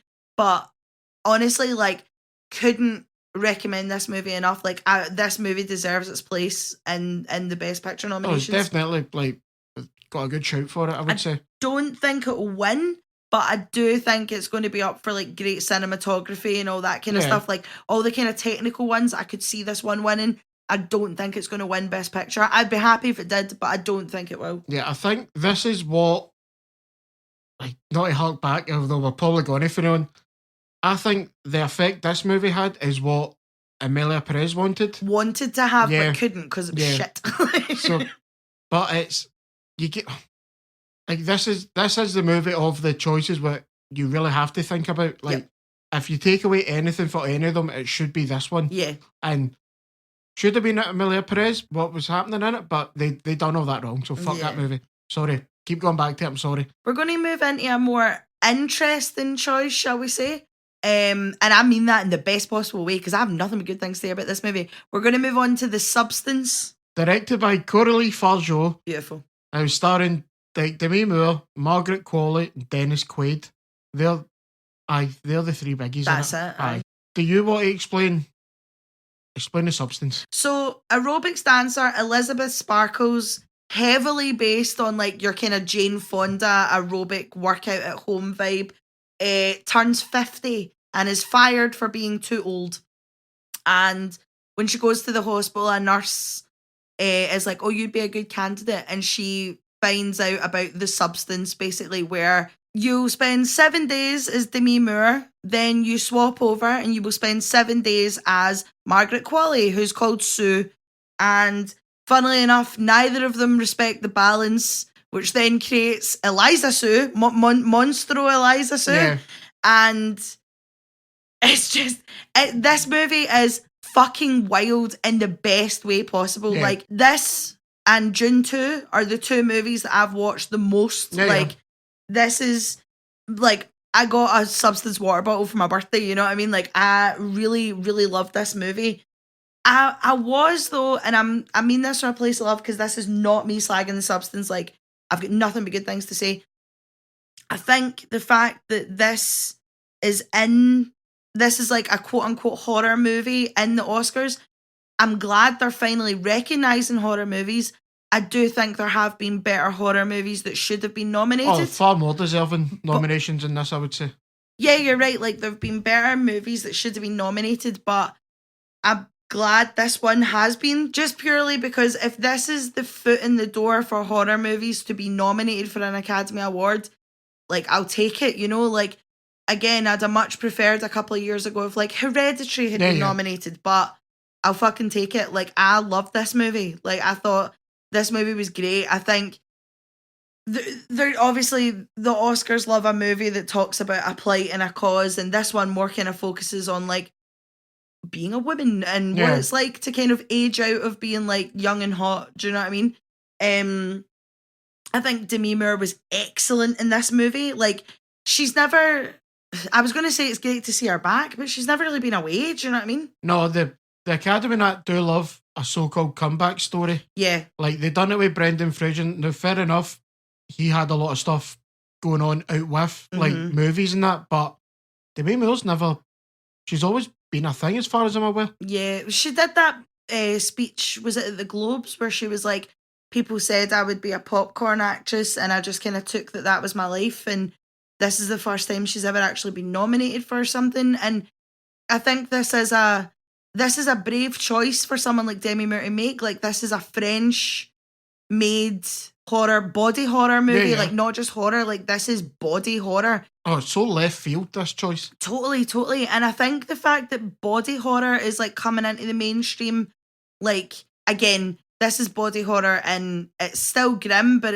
there's worse body horror movies, you know, this is like body horror light, you know? Yeah. And I thought Margaret Qualley was sensational in this movie. Like, not only does she look like that, like, the bits with Sue always made me laugh, because it's that, like, whip crack sound with, like, the early 2000s music video filter, and it's just like, yes, movies are back. Like, yeah, the way this movie looks is just, it's like, was it pinky blues? Yes. And just so, like, so bright. And that is, as you said, if this was made back then, like, you could totally see it. Like, it's a good... Oh, back in the early 2000s, like, right? It's a good throwback to those times. Yeah, totally. And, like, the music in it, like, it's just this really hard dance music. Yeah. And I'm not normally a fan, but when I tell you this has not been off my Spotify, do you know what I mean? And I think Margaret Qualley's a funny one, because she's been in loads, and I mean this from a place of love, she's got, like, a chameleon face, if you know what I mean, where she's always going to be the stunning one, but you can kind of mold her. Do you know what I mean? Like, obviously, Once Upon a Time in Hollywood, she's one of the Manson followers and stuff like that, and she's been in loads of stuff, but I don't mean to say I forget her face, but I mean, like, I'll watch a movie that she's in and I'm like, what a beautiful lassie, and then never think about it again. But I think this movie has showed that she can go head to head with someone like Demi Moore. She can help to lead a film, you know? Yeah. Like, honestly, like, and see with the body horror and the effects of this movie, like, the practical, this is what we're talking about, people. Practical effects are back. Keep it going. But also, the most horrific bits, and I was at a movie group the other day and we were all talking about it. Shout out Final Girls Club.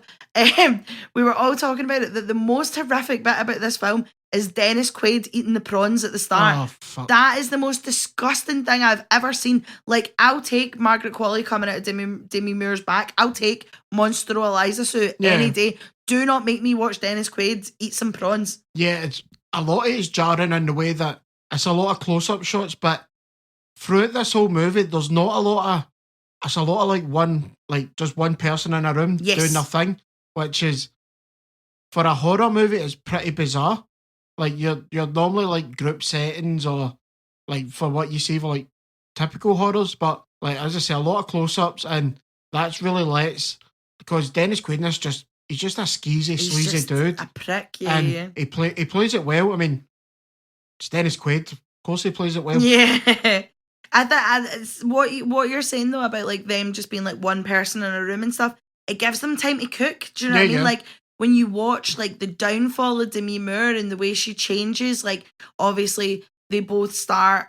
I mean, I say they both. Sue, like, she does not respect the balance, as they say. And the more you see the like deterioration of Demi Moore mentally, physically, like, that woman is cooking, man. Like. And it's really nice to see. Like, I appreciate Demi Moore, like, from the Brat Pack to Charlie's Angels, Full Throttle to like this. Do you know what I mean? Like, I really like Demi Moore. And also, just, I would be so smug if I was Demi Moore cutting about being like, did you know I'm 62? Did you? 62, 61? Whatever. She's in her 60s and she looks like that. I would be smug as fuck. Do you think it'll be more, like, the message have been gotten along more if Demi Moore looked older? Like swap it out for... See if it was because Demi Moore does not look like... She doesn't even look 50, let's be honest. No, absolutely not. See, whatever work Demi Moore has had done, though, it's natural looking. It's not like cat face. I do wonder, though, like, obviously Margaret Qualley is Andie MacDowell's daughter. I wonder what that would have been like, because Andie MacDowell is still a stunning woman, but looks more her age than Demi Moore does, that's not a slag at all. Like, if I looked like Andie MacDowell now, I'd be happy. Do you know what I mean? Yeah. But I wonder how that would be. Like, would it look better? Would it work better? Because obviously Margaret Qualley does resemble Demi Moore, but like, it would be mad if that was like a mum and a daughter doing it. Do you know what I mean? Like, I would love to have seen it, but I think the movie works with Demi Moore because obviously, like, if it was just about a random older woman, like, fair enough, but obviously you're going to expect Demi Moore to look like that because she's been doing aerobics, she's looking after herself, she's on the telly. Like, she's not aging the way other 50-year-old women would age, because her job is to be doing aerobics every single day, to be showing her face publicly. Do you know what I mean? Yeah. And that's my only... Well, I say it's a criticism, it's not, like, it's praise for Demi Moore's that she doesn't look old enough for me.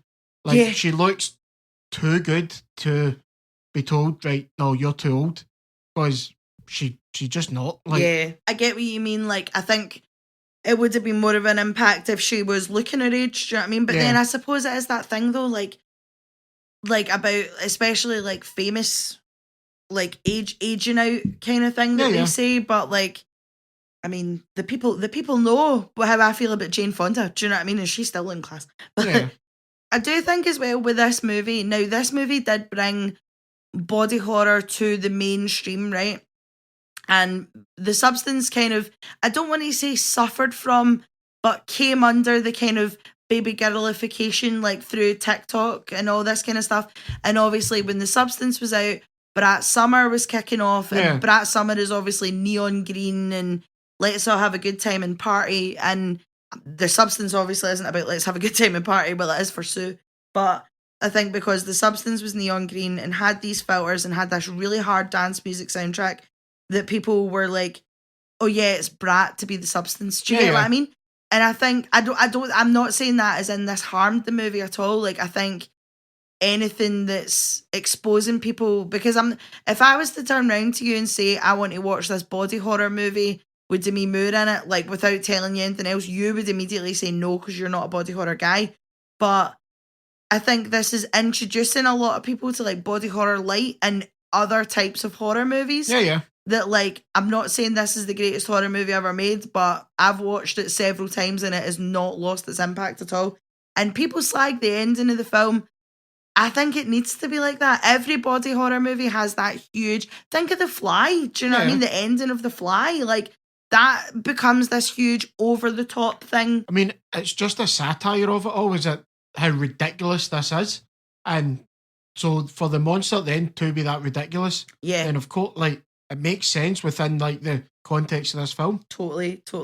And again, the fact that whole mask was practical, because, like, Margaret Qualley put out, like, behind the scenes photos, and it's like her with, like, this whole other, like, head thing at the side and stuff. Just honestly, this movie made me feel like I was just so glad that practical was back in a big way. Do you know what I mean? And this was actually made super low budget, like filmed in France in this warehouse place, like super low budget. So for the fact that it's made more than its money back and an Oscar nomination, like, wire in. Like, again, I don't think this movie will win, but if it does, I'd be like, Kushti, you know?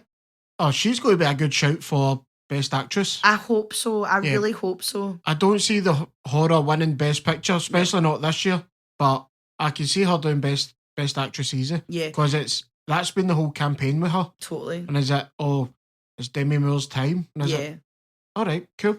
Again, like I said earlier on, and I'll stick with it, if this is horror's foot in the door for an Academy, to be considered for an Academy Award, like last year, Black Panther, I can't remember what the second Black Panther was called, but you know what I mean? Yeah. That was the foot in the door for superhero movies and action movies to be considered under the Academy. If this is the foot in the door for horror to be considered in the Academy, I'm really excited for what's to come, because, I mean, Ari Aster himself, we don't talk about Beau is Afraid, but if you just take Midsommar and Hereditary, those could have been Oscar contenders. So I'm really, really excited for what horror can do for, like, future. No, I've got you. So from The Substance, which was a laugh riot, and loved it, to The Brutalist. So, The Brutalist, directed by Brady Corbett, starring Adrian Brody, Felicity Jones, Guy Pearce, Joe Alwyn,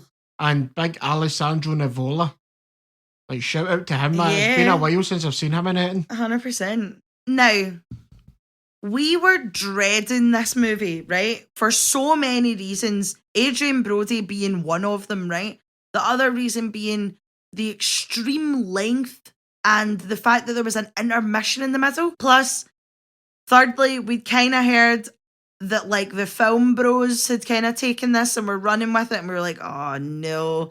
So we were dreading this movie, and we need to eat our words. That this movie was fucking excellent. Yeah, this movie's just, like, it's hard to put into words how well this movie is. Yeah. Like, well made this movie is. It's probably... It's the best one in my opinion out of this lot. I can't really argue that. This is winning, like, hands down. This is winning. It's got to, isn't it? Like, this is this year's Oppenheimer. Good segue, Ross, because I was about to say, I'm a big believer in your movie should not be over 3 hours long unless it absolutely fucking has to be. Yeah. Like, Oppenheimer had to be 3.5 hours long to cover that vast story. Do you know what I mean? And I also didn't want to sit down and watch Adrian Brody for 3.5 hours.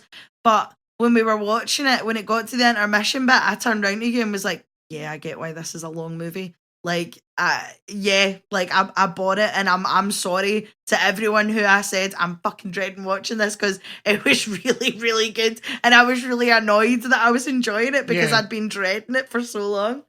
See, the one thing I would say about this movie is, like, we watched it in home streaming. Yes. Which I think made it better for us, because the thought of sitting for nearly 3 hours and 45 minutes would have killed me again. Yeah. I can imagine this being really impactful in the cinema. Yeah. But it wasn't any less impactful watching it in the house, because we could kind of not talk through it, but, like, we could be like, wow, we're like, but see, be honest, see, if we're watching it in the house, you and me were silent the whole second half. Yeah.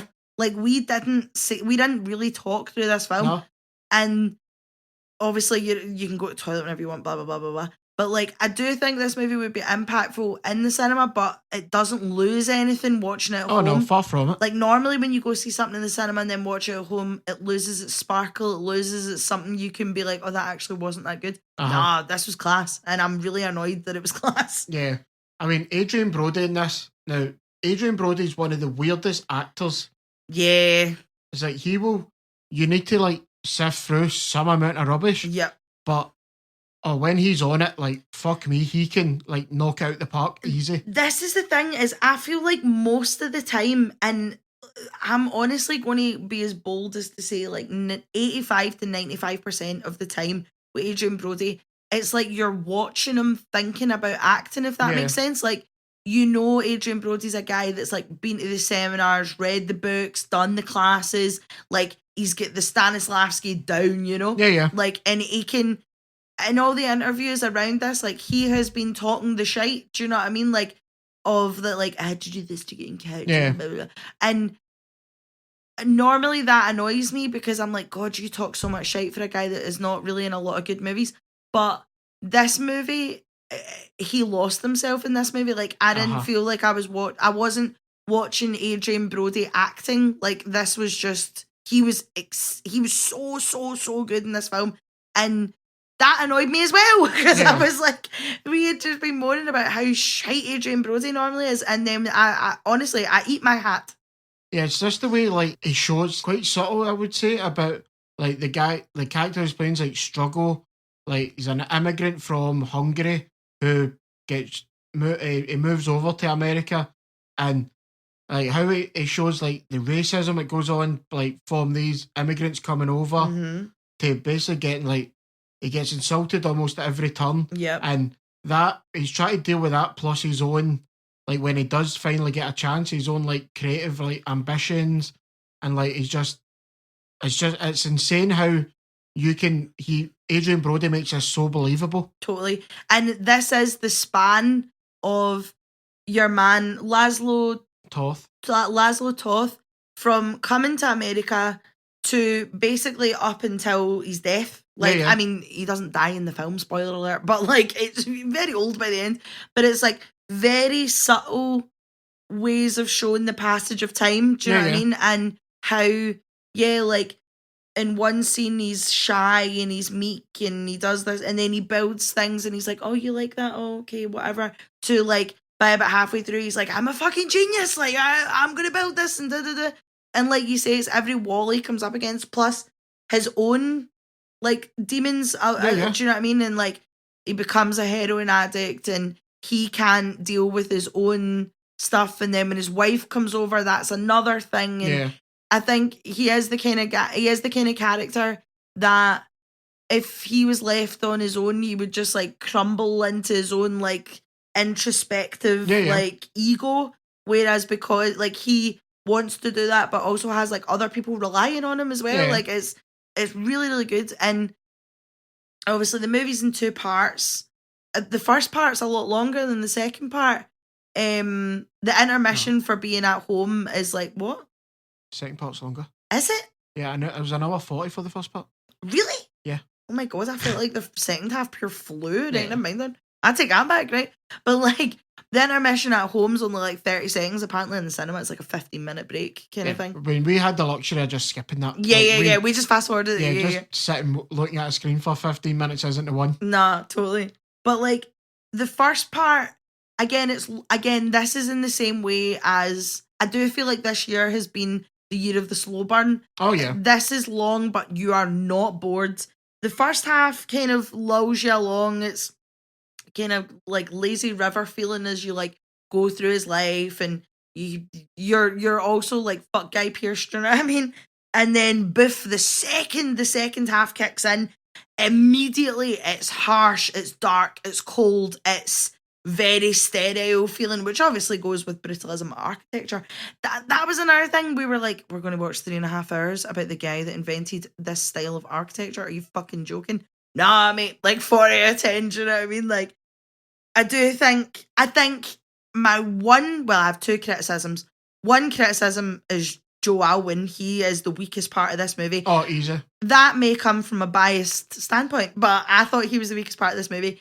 The second was the ending. Now, I'm not spoiling it for anyone because I really think you should see this movie, but I do think from sitting through the second half where it is very dark and very sterile to then diving into the epilogue where it's like, it finally goes into HD and it's like happy 80s music and you're at an exhibition of his drawings and stuff. And I was like, like it really threw me. I didn't feel great at the end, by the ending, but it's not my fucking choice. Do you know what I mean? And I've seen people loving the ending and being like, the ending needed to be like that. And I'm like, okay, why then? Like, I think the ending's just like the full circle of his career. Yeah.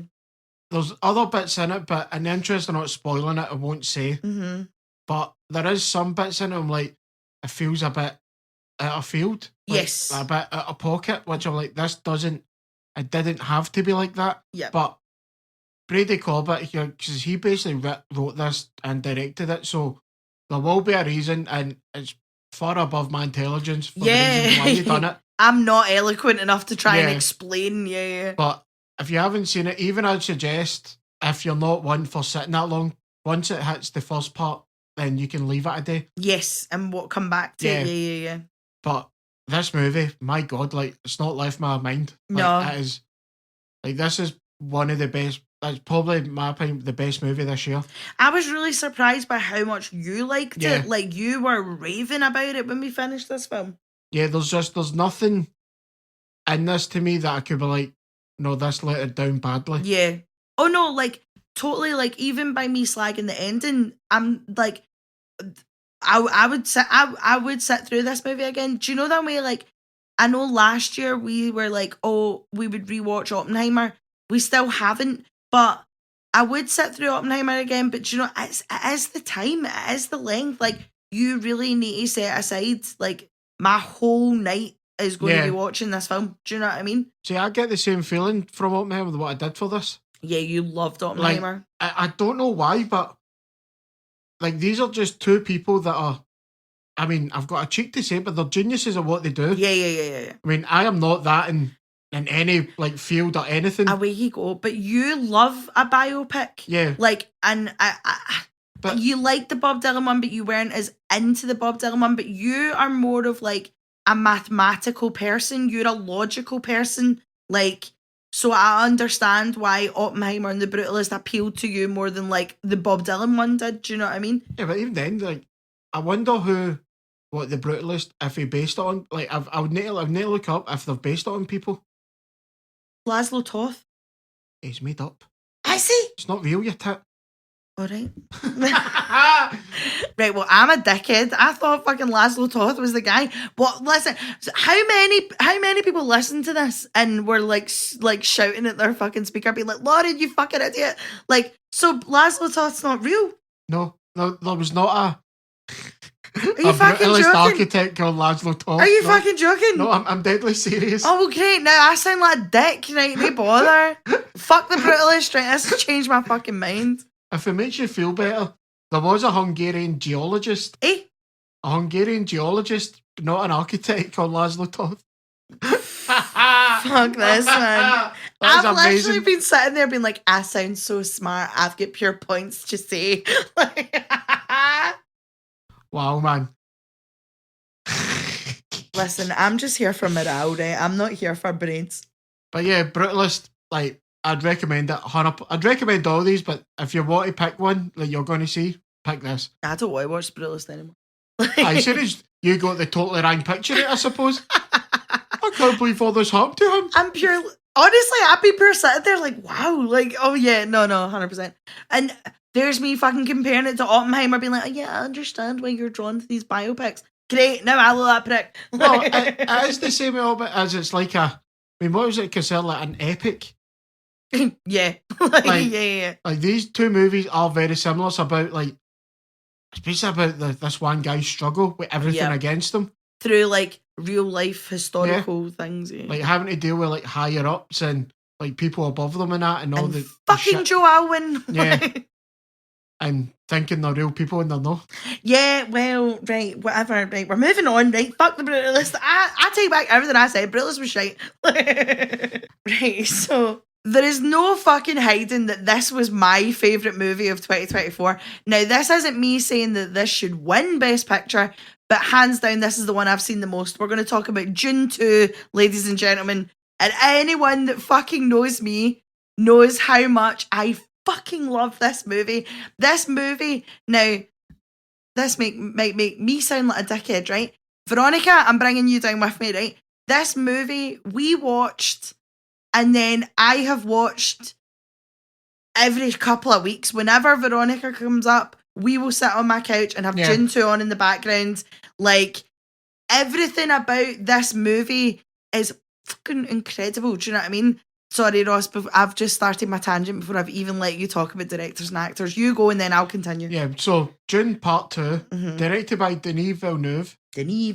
Starring Timothée Chalamet, Zendaya, Rebecca Ferguson, Josh Brolin, Austin Butler, Florence Pugh, Dave Bautista, Christopher Walken, Léa Seydoux, Stellan Skarsgård, Charlotte Rampling, and Javier Bardem. Stacked cast. This is a good fucking year to be a Timothée Chalamet fan. Do you know what I mean? Now, I shall continue from where I left off, right? This movie is just, do you know that I don't even want to count how many times I've seen this movie. I really don't, because I've given Dune a lot of my man hours, do you know what I mean? But it doesn't get old. It doesn't get shite. Like, I've seen Dune 2 probably more than I've seen Dune 1, but again, I'm quite happy to sit and watch the two back to back. I am ready for when they land Dune Messiah on my lap, do you know what I mean? But this really, now, when I watched Dune 1, I loved Dune 1, really, really enjoyed it, but it took me a couple of watches to get into it. The second I sat down for Dune 2, I was like, I'm going to read the book. I'm going to do this. I'm going to do this. Right? Soundtrack's excellent. Cinematography's excellent. The cast is great. I will even let Austin Butler away with his Scooby-Doo sounding fucking accent. Do you know what I mean? Rebecca Ferguson blows my mind. Like, this woman, like, obviously in Dune 1, it's the arc from, like, being, like, the weak Duke's son to meeting the Fremen. This movie's arc is from training with the Fremen to then Rebecca Ferguson being the Bene Gesserit and turning Paul Atreides into the Lisan Al Gaib, the big man to start the Holy War, right? Stop looking at me like that. And it's just great. Everyone in the cast stacked. There is no one shite in it. Again, Austin Butler, I do not have a high regard for, but I let him away with it in this film. Do you know what I mean? And Florence Pugh in this movie is what Zendaya was in Part 1, where we will get more of Florence Pugh in Dune Messiah. Like, the soundtrack, sensational. Villeneuve, again, I love the Dune movies. I wasn't a fan of Blade Runner 49, 59, whatever the fuck the last one was. Yeah, whatever one, I can't remember. Wasn't a huge fan of it, but I love his visuals, like, the visuals he creates, because he's a director that's come out and said he doesn't love dialogue. He would rather be more visual about it, and the effects he uses is stunning, and I just have nothing but great things to say about Dune 2. Like, and thank you for letting me fucking ramble, Ross, because I could go on and on and on, right? But do not think this movie's winning Best Picture, but I'm so fucking glad it's nominated. I am so glad it's nominated. Like, Lisan Al Gaib, do you know what I mean? Sorry, Ross, carry on. I think that ends the podcast. Round up by. Like, honestly, just, it's so fucking good. So fucking good. Like, whether or not you're into science fiction, whatever, just the performances alone, the visuals alone, spectacular. Do you know what I mean? And like I say, I will not sit through anything of Austin Butler's. I think the boy is very pretty. And that's it. There is not one acting bone in his body. But he gets away with the Scooby-Doo accent in this one because everyone else around him is so good. Which is kind of hums and hoes, because I think he gets away with it because everyone else is so good, but he is also the weak link in the film because everyone else is so good. But I'm a happy boy. Like, as soon as I saw that Dune 2 was nominated, I was like, here we fucking go. Then The Substance was right after it, and I was like, people, what a time to be alive. Do you know what I mean? And like, I'm so glad we ended the podcast on June 2 because, and I know, sorry, that you have barely spoke and you're looking at me like, shut the fuck up. Like, how the fuck do I follow that? I just love this movie. This movie is like, as I don't want to be like, it's pure weird, but like, as weird as this might be, this is like a comfort movie. Do you know what I mean? And like, I'm always in the mood to watch it. I'm happy for it to be on in the background. I've seen it so many fucking times. Like, 4 out of 10. Aye. Okay, so that's basically been our roundup of the Best Picture nominations. But we need 5 minutes more of your time, guys. We will wrap this up soon. To talk about what movies do we think were snubbed? What movies would we swap out? Because I feel there are better movies that came out that should have been in the conversation that weren't. So do you want to go through the snubs then? Okay, so I've only really got 3, 4 in italics, right? So I think it's fucking shocking that Challengers wasn't even thought of. Like, Challengers was, again, it's like Brat Summer, Challengers, The Substance, they all kind of merge into one, do you know what I mean? I think Luca Guadagnino is an excellent director. I think he got great performances out of the 3 actors. I think this is like a dip in the toe of an erotic thriller, except there's no sex. The sex is tennis. Do you know what I mean? Yeah, I've got you. And the soundtrack was incredible. I'm still listening to it.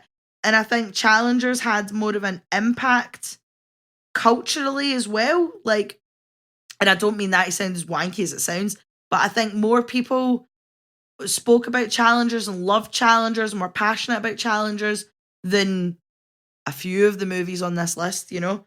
I think Sing Sing should be up there, and just purely because Coleman Domingo is obviously nominated for Best Actor for being in Sing Sing, but I would swap a few out for Sing Sing in this. I thought he was beautiful in that movie. I thought it was really well done, really well acted for most of them, if not all of them, being like actual people, you know? Like, yeah. I think the rest of them weren't they? Yeah. Like, they were all part of the programme. Yep. And also, like, A Real Pain, the Jesse Eisenberg, Kieran Culkin movie. I know they're both nominated in separate categories. Again, that movie, I do think A Real Pain is up there in my, like, favourite movies of the year because that was an hour and a half. We were in and out. We were not fucking about. Impacts were made, and then it was done. And I was like, incredible. Do you know what I mean? I get the Kieran Culkin hype, you know? Like, if I didn't get it before with Succession, I get it with this movie, you know? And the one in italics is I saw the TV glow. Now, as I said during Amelia Perez, I've not seen the film, but I've seen enough of people saying how representative it is and how great it is. I do really want to watch it. But I've heard, again, that's why I'm saying it's in italics, because I can't say, I watched it and I think it's good, but I can say that I've heard enough people speaking about it that I would have swapped Amelia Perez out for that one. But, I mean, I'm going to swap Amelia Perez out for fucking all of these ones. Right, so how we've done it then is you can swap 2 out and put 2 in its place. So what would you have? What would you have? Because I've just spoke for about 10 minutes. Well, mine would be A Real Pain for The Substance. Right, okay. And my second one is kind of musical for musical. Not really. Kneecap for Amelia Perez. Yes, Kneecap. What a fucking movie. How did I forget about Kneecap? Like, that would say I would never get an Oscar nod just for the subject matter. Yes. I mean, I say that's the subject matter. People think it's about 3 wee fannies doing drugs and that. It's not. There's a lot more to it than that. But from just looking at it, that's what you would think. Like, it's 3 wee Neds. Aye. It's a pure BAM film. Yeah. But then when you actually watch it, and the 3 of them, like, they've been doing interviews of that, like, they weren't expecting to have this level of impact. Like, one of them was saying, like, he's been getting letters from, like, Australia, Iceland, Mexico, and all this kind of stuff of people going back to their indigenous language and learning And he was like, we're just three fannies for Belfast, do you know what I mean? And we've managed to make this impact. I thought Kneecap was funny as fuck. Like, you and me were gutting ourselves watching that. So funny, aye. No, I fair enough. Like, I think a lot of it with Kneecap is there'll be people that don't get it. Yes. Like, daft things like being Catholic in Northern Ireland. That's a very specific niche, like niche, but you know what I mean? You would need to know of the history of it to really get it. Because I was even asking you questions and you were like, why the fuck are you asking me? Like, even daft bits where it's like, when it's the Orange Walk, the Protestant Walk, and he steals the baton and shouts the Rangers are shite. Aye. People aren't going to get that. Yeah, that's not a universal thing. Yeah. Like, people in America, like, very few are going to understand that. So I can understand why it didn't get it, but it's kind of a musical. It's their music. Better than Amelia Perez, 100%. 100%. No, I like your one. I would swap out A Real Pain for Wicked. Again, as much as I loved Wicked, I think I would rather see a more deserving movie, because I do think Wicked's just in there because, I think because of the amount of money it brought in, the amount of hype around it. I would rather see A Real Pain in there, because A Real Pain was beautiful. Like, what a film. You loved it as well. Oh, Real Pain was class, aye. And, like, I've just really appreciated that it was an hour and a half. Do you know what I mean? Yeah. And it managed to get so much done. And Jesse Eisenberg's another actor that I'm like, are you good? But then when he's the same when he is good, I'm in. I buy it. And I've got so much time for Kieran Culkin. Do you know what I mean? Yeah. And I would swap out Amelia Perez for Challengers. I wish Challengers had been up there more. Do you know what I mean? See, I never watched Challengers, so I can't really give an opinion on it. See, the first time I watched Challengers, I was like, I don't know if I like this or not. And then I watched it again and was like, no, I take it back. This is class. Like, fair enough. So I can't think of anything else, and I will keep June 2. Like, I will lock that down, you know. But I think that's good. I actually forgot all about Kneecap, so no, good shout. I mean, I don't understand how it didn't get international. Yeah, like, I agree. I know Ireland put it forward, but even at one we haven't even spoken about, is that All These Small Things, the Cillian Murphy indie movie. Oh yeah. That one at the Irish BAFTAs or whatever it is, not Academy BAFTA, but Irish like film festivals. IAFTA. Like that one at those, and I was like, so we didn't even. That just flew by us. No, totally. Yeah, that was one that like we wanted to go see it, and then when we went, it was out. We do realise as well that with the Best Picture nominations, we've missed one that's called I'm Still Here. It's a Brazilian movie. We've not missed it out for any other reason than it's not out over here yet. Like, it's not been in cinema. Or I think it was in cinema, but it was only in cinema for like 2 weeks. I think by the time the nominations that came out, we kind of guessed at what we thought was going to be in it, but then as soon as that, we're like, well, shit. Yeah. Like, we have not got it. Totally. So, like, we didn't get to see it in cinema, and it's not out in streaming yet, which is why we've not spoke about it. If it wins stuff, then we'll watch it. But, like, if it wins, we will look stupid. 100%. Like, I can't believe that's the one film you didn't talk about. Yeah. Like, we didn't fucking see it. Like, we watched every other one, okay? Like... Anyway, guys, this has been our Best Picture nomination episode. We hope you've enjoyed it. Thank you for fucking staying, because I don't know how long this episode is at this present moment while recording it, but I can tell you right now it's been a long one for us recording it. Do you know what I mean? So we hope you've enjoyed it, and we'll see you next week for hopefully a full episode of Oscars recap. And just keep an eye on our Instagram, because we'll do what we did last year, where me and Ross will kind of take votes and we'll see who wins. And we'll like live thingy it on Instagram. Yeah, so we'll look for our predictions and that. Yeah. So give us a follow at 10 out of 10 with Watch Again on Instagram for all the live updates. And we'll see you next week. Bye. Bye. Go to June 2.